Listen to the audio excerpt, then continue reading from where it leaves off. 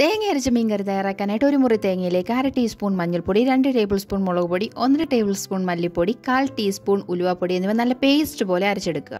ഇനി ഒരു ചട്ടിയിലേക്ക് വെളിച്ചെണ്ണ ഒഴിച്ച് ചൂടാകുമ്പോൾ 1/2 ടീസ്പൂൺ വീതം കടുക്, ഉലുവ എന്നിവ പൊട്ടി വരുമ്പോൾ 2 വറ്റൽമുളകും 2 തണ്ട് കറിവേപ്പിലയും കൂടി ഇട്ടുകൊടുത്ത് ഇളക്കിയെടുക്കുക. ഇനി ഇതിലേക്ക് ഇഞ്ചി, വെളുത്തുള്ളി, 2 കഷ്ണം കുടംപുളി, 4 പച്ചമുളക് എന്നിവ ചേർത്ത് കൊടുത്ത് ഒന്ന് ഇളക്കിയതിനു ശേഷം ഒരു ചെറിയ സവോള നീളത്തിൽ അരിഞ്ഞത് ചേർത്ത് അല്പം ഉപ്പും കൂടെ ചേർത്ത് നല്ലതായിട്ടൊന്ന് വഴറ്റിയെടുക്കുക. സവോളയൊന്ന് വഴണ്ട് വരുമ്പോഴത്തേക്ക് ഒരു തക്കാളിയും കൂടെ ചേർത്ത് കൊടുക്കുക. തക്കാളി നല്ലതായിട്ടൊന്ന് വഴണ്ട് വരുമ്പോഴത്തേക്ക് നമ്മൾ അരച്ചു വെച്ചിരിക്കുന്ന അരപ്പും 1 കപ്പ് വെള്ളം കൂടെ ചേർത്ത് കൊടുക്കുക. ഇതിലേക്ക് ആവശ്യത്തിനുള്ള ഉപ്പും കൂടെ മിക്സ് ചെയ്ത് നല്ലതായിട്ട് ഇളക്കി ഒന്ന് തിളയ്ക്കാനായി വെക്കുക.